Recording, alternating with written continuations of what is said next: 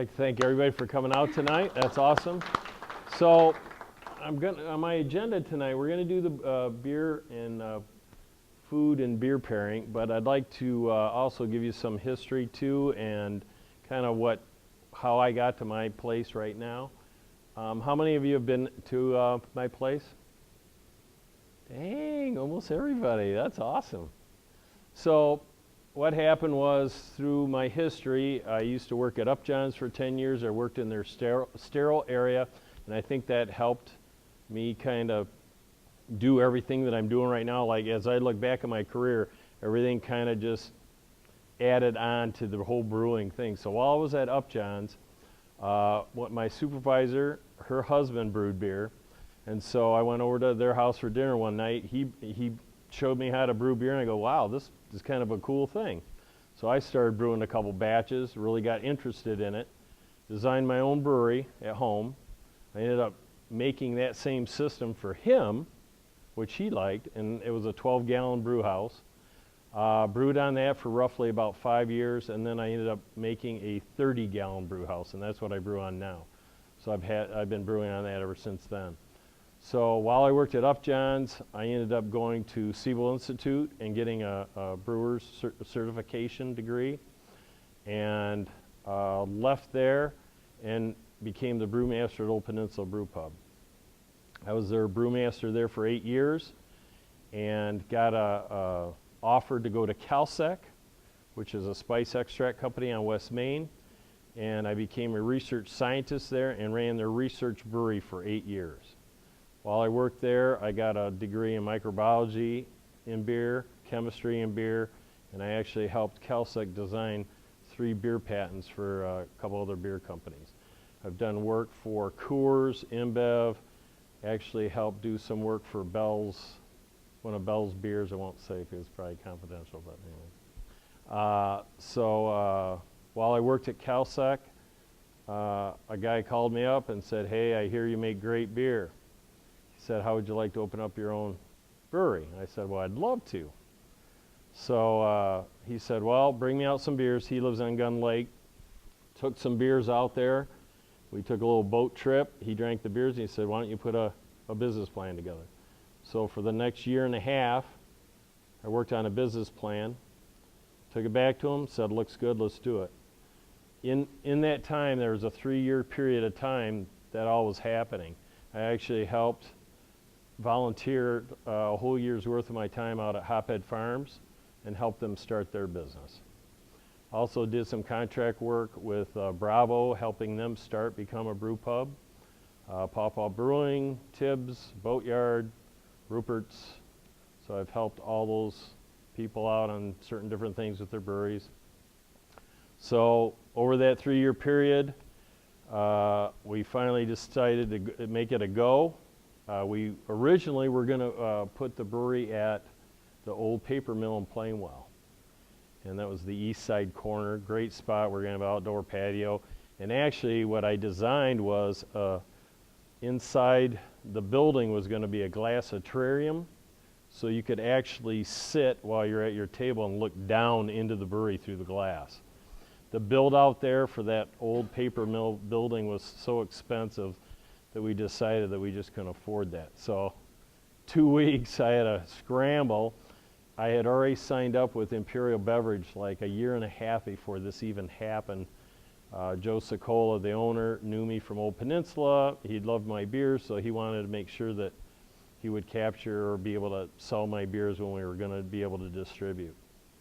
So when I had the discussion with him, he decided, you know, since you've lived here in Kalamazoo your whole life, you should be here in Kalamazoo to start your brewery.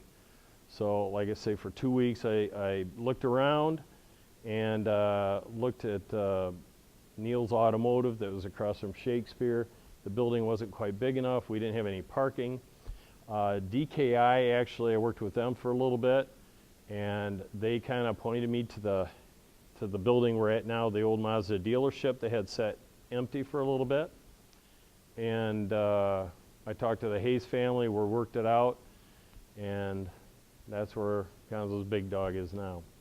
So it took a little journey, but I think that's where we were supposed to be all along. to be there. It just took us a little path to get to that spot, because I love the windows, I love the location, it's great for traffic, and people seem to like the way we decorated it and that kind of stuff. We used, when we first started working in there, gutting that place out, this guy pulled up one day when we were working in there, and pulled up with a truck and a trailer, and he said, "You guys looking for any wood or anything?" I go, yeah, we might, whatever. He said, okay, and he came back 2.5 weeks later, and he brought us 2 barns from up north, which is now our bar. So we used all that wood. Every inch of that wood, except for 6 inches, is in that bar. And then we got refurbished tabletops for the other tables and stuff like that, and then we picked out the paint and everything like that, and then I designed the brewery, and it took me about 1.5 years to design the brewery with Specific Mechanical, which is the 2nd largest tank manufacturer in the world. And so they make great tanks, so we put that in, and actually 2 months after we were open, I had to order 2 more serving tanks. We were selling so much beer.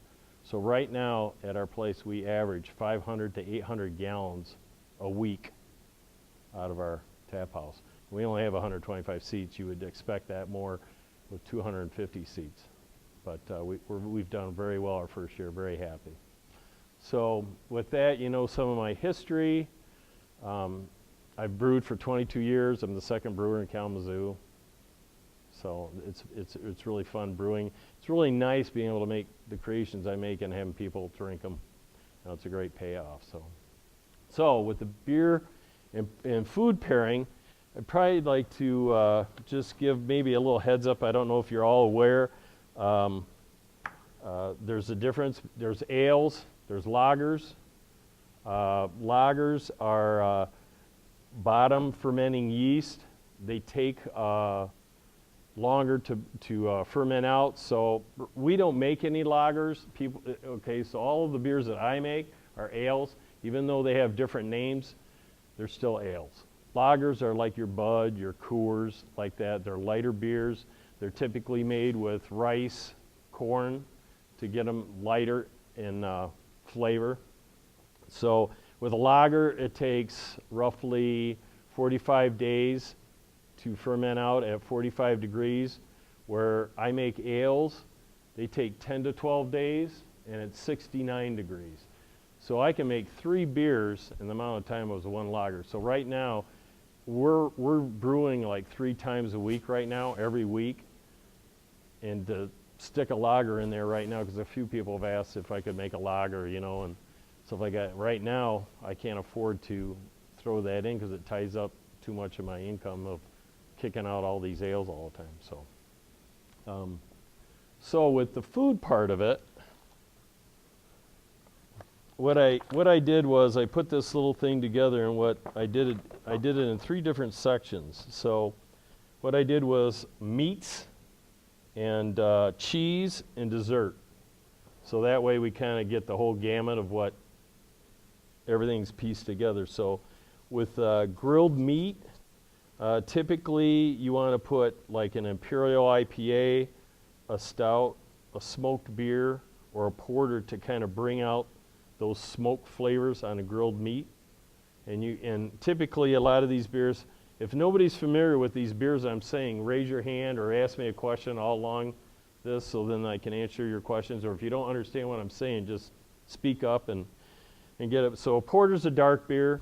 Typically an IPA, a stout, or a porter is a range of alcohol between like 5% to 7% alcohol. And then you have, with your stout and porters and smoked beers, you have like darker malts that give it the chocolate flavor and a burnt flavor and a coffee flavor. So those flavors will draw out that grilled meat flavor, and also that smoke flavor will help bring out some of those flavors in a porter and a stout. So all these things that I've paired up tonight to tell you about are all bringing out each other. So you're getting this combo of flavors. We're going to be doing on our new menu, I'm going to be implementing all of our beers paired with all the foods that we have. So then that way you can just like with our Hefeweizen. We'll pair that with certain things that bring out the banana, the clove, and the spice in that beer. So that enhances the beer, but then also you get enhanced flavor off whatever food you're eating off of that. So on most meats, typically red meats, porters, stouts, and browns, again, a brown ale is going to, you have brown ale, porter, and stout. So your brown ale has there's a caramel, Cara Brown caramel malt that's added into that. Then with your porter, you're bumping that up a little bit more with black malt. And then with your stout, you're using even darker malts, burnt malts, to give it more of a char and a coffee flavor. So they're each individually very different. With pork, typically you'd put an English stout with that, a pale lager, a ESB, and ESB is described as an extra special bitter. Not very bitter, but still has a little bitter flavor. It's not like an IPA. IPA is an India Pale Ale, if nobody knows what that means. Also, a rye beer would go really good with pork and bring out those pork flavors, and it enhances that rye flavor, takes that rye beer and brings the rye out a little bit stronger. And an Irish red really goes good with pork. And with smoked meat, again, a lot of these with any of the meats and stuff as I'm going down this list, smoked meat, your stout, your porters, English porter, Scotch ale is really good because Scotch ale has that smoked grain in it to bring out that smoked meat flavor. An imperial stout, again, imperial stout's going to be a higher alcohol. It's going to draw out that smoked flavor, and it's going to enhance that imperial, the alcohol part of that. You guys are so quiet. You guys I'm just going along. It's awesome. And then for game meat, again, imperial beers, because game meat is so strong sometimes that helps calm down the gaminess of the meat, and also you're gaining that, it's enhancing that alcohol, so it's a nice blend. So any questions on I'm kind of going kind of quick here, but maybe I'll slow down. I tend to roll fast here, but any questions on meats in the beers? Chicken would be your lighter beers, the Irish Red, American IPA, and a mild pale ale, and a blonde beer, because chicken's lighter, and you would tend to drink a little bit lighter beers with that, like a golden ale. I did miss fish here. Fish, a Hefeweizen is really good with fish, and a mild pale ale with fish. American IPA is good with fish, and any of your lighter lagers. So your lagers tend to go with the fish. Your lagers would go with chicken also. All right. Any other questions? I'm going to keep rolling here. Okay, so now I'm going to go to cheese. And cheese is great with beer. I love cheese. I could eat a whole block of cheese right now. I love cheese, especially cheddar cheese, Irish cheddar cheese. So with some of the buttery cheeses, like Brie and Gouda and Havarti and Swiss, American Porter style, your ESB is great with those beers. Old Ale, which is a little bit stronger, an Imperial Stout. So kind of a different, kind of a wide range here, because it's Imperial Stout to ESB, which our ESB is milder. Our styles, it's hard to make an American ESB to an English ESB, like Fuller's ESB.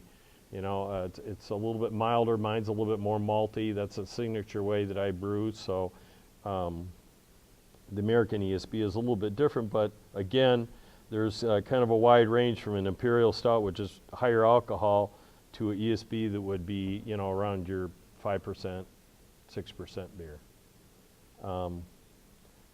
The next cheese is earthy cheese, and I'm probably not going to pronounce this right, because some of these names I'm not really familiar with. Fontina and Camembert. Is that right? Is that correct? So with those cheeses, which are earthy, an American Pale Ale is a great beer to go with that. An American Stout, English Brown, American Brown, and English Porters. So you've got a lot of dark beers, again, that are bringing out that earthy flavor. And again, that's bringing out the chocolate in the porter, some of those darker grains that make those beers. And the English Porter, again, is not extremely hoppy, but again, bringing out that toffee flavor, and you're still getting that cheese flavor also. We did a cheese pairing with, actually I went to a cheese pairing and beer pairing at Kalamazoo Beer Exchange, and it was also, the cheese lady was there, and her cheeses are awesome. Oh my God. I was like in heaven drinking beers and eating that cheese. It was wonderful. A nice little plug for the cheese lady. So some of your nutty cheeses, Asiago, Colby, and Parmesan. So a lot of these cheeses do tend to take some of the more higher end, darker beers. So with the nutty cheeses, American Brown, American Pale Ale, the English Brown, English Pale, and ESB again really draw out those nutty flavors. Especially I could see with the English Pale and the ESB and the English Brown would definitely bring out some of those flavors and actually draw out a lot of those grain flavors that are in that brown and in that ESB. I could see that a lot, being able to enhance that when you're pairing those both up together. With your peppery cheeses like Monterey and Pepper Jack, they tend to go more the American Blonde style beers, American IPA,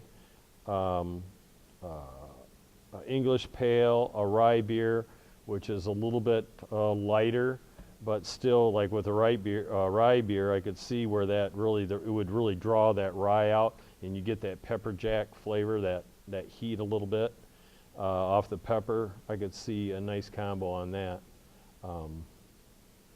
Your pungent ones that I don't tend to ever eat, the Limburger. Who eats Limburger? You guys eat Limburger? Not all the time. All right. Gorgonzola. Okay, so because these are such strong cheeses, you need to have something big to blend with that. You wouldn't put an American Blonde Ale with these. You would never taste the beer probably. You just taste the cheese. So I have listed American Barley Wine. So your barley wine is going to be your 12 to 14%. Very strong, big in flavor, big with the cheese to help blend both of those together. An Imperial IPA, a Belgian Strong Ale, again, very big beer. These are all big, high alcohol beers over 10%. English barley wine, and Belgium IPA. So the Belgium IPA, I would think, would be really good with the Gorgonzola. Not maybe so much with the Limburger, but I could see the Belgium Strong Ale and the English barley wine and the American barley wine really good with the Limburger, because they're such big beers and strong that would really complement each other. As far as sharp cheese, we have blue cheese and cheddar cheese.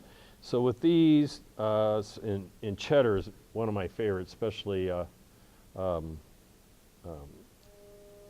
Ireland cheddar cheese. American Amber, English IPA, even an American Double IPA that's a higher alcohol brings out that cheddar flavor and really enhances that. It really brings out the bitterness of that IPA. You can get the hop flavor a lot better. and then a strong dark ale, a Belgian strong dark ale. Again, some somewhat big beers, but the IPAs, the cheddar really draws out that bitterness, and then that cheddar, you can really get that cheddar flavor going when all those bitters and everything's going on your palate at the same time. Tangy cheese, we have brick and feta, so a little bit lighter but not over the top. American Pale Ale, Belgium IPA, English Bitter, which isn't too high in bitterness. Hefeweizen in a wheat wine. We just made a wheat wine that we dry hopped with orange peel and coriander, and it's wonderful. And it's not a wine, it's a wheat beer, but because it's over 8%, it's considered a wheat wine. It's just a name for that. It's still a beer, it's not a wine. It's because it's over 8%, it's considered a wine at that point. You're in the wine category.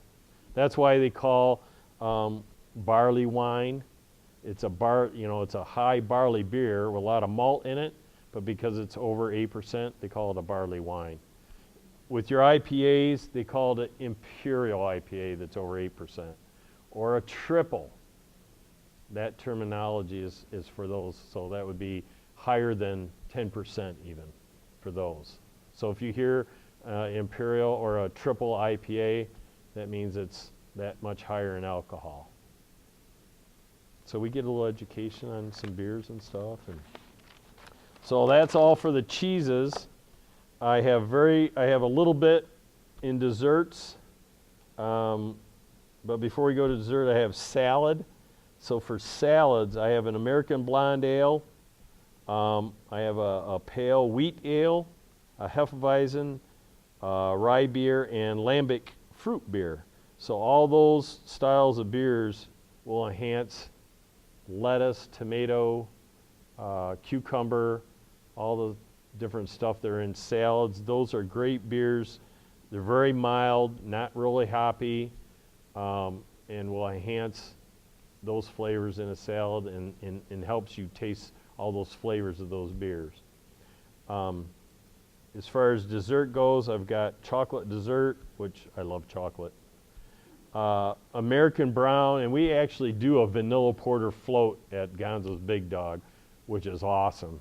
And we haven't done that many stout floats, but I just don't think people have caught on to it yet. We do a lot of vanilla porter floats, but in ice cream and beer is really good. It's awesome. So with chocolate, I would recommend an American Brown, Imperial Stout. Some of your darker beers really enhance the chocolate. Dark chocolate and chocolate go great with beer, especially dark beers. English Dark Mild Ale, English Stout, American Porter, any of these dark beers go good with your dark chocolate or your chocolate.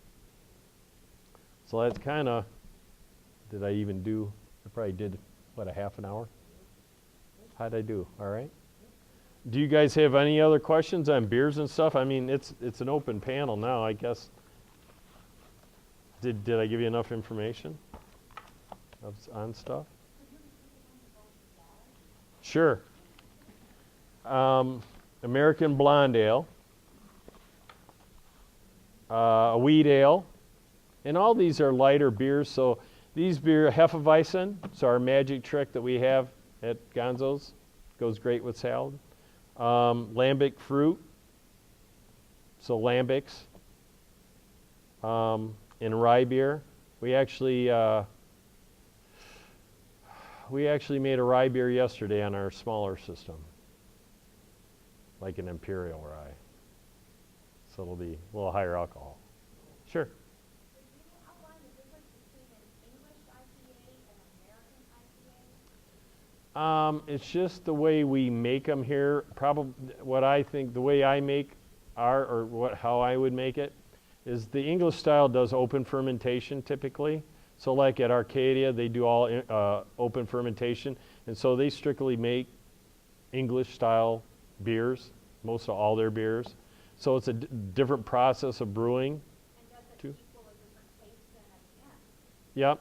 And what is the taste The yeast that they use and the different grains that they use. So basically, when we brew, it's water, yeast, hops, and grain. Those are the 4 ingredients that are in every batch of brew. Every batch of brew is 80% 2-row or 6-row in the recipe.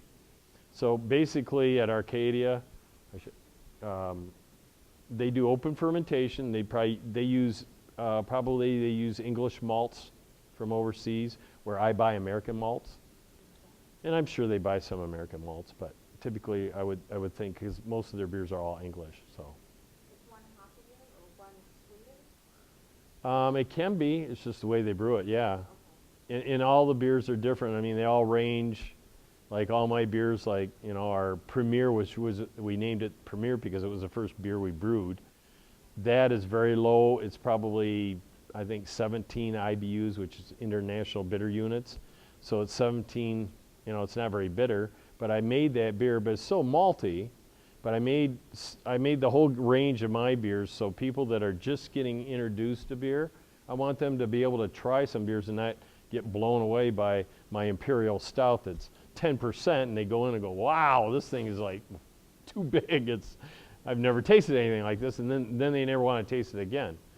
You know, so I made a couple beers to get people interested in that haven't had microbrewed beers, and then they can start getting their palate used to drinking microbrewed beers. And once you drink microbrewed beers, then you can't go back. So it's hard to drink a Budweiser when you've had. I've been spoiled for too long. If somebody offers me a Coors or a Bud or a Miller and stuff, I go, no, thank you. But I said, if you got some whiskey, I'll take that on the rocks. But, you know. So I'm a big fan of your pizza with the spent grains. Uh-huh. The veggie pizza. So what would you recommend pairing that with? The veggie pizza? Yeah. I'd probably do the Gold Nail or the Burning Sun Red with it. Be really good. And I want to, since he mentioned that, the spent grain we put in our pizza dough and our bread, and I also, the rest of the spent grain goes to a hog and cattle farmer, and he feeds his hogs. We get the hogs.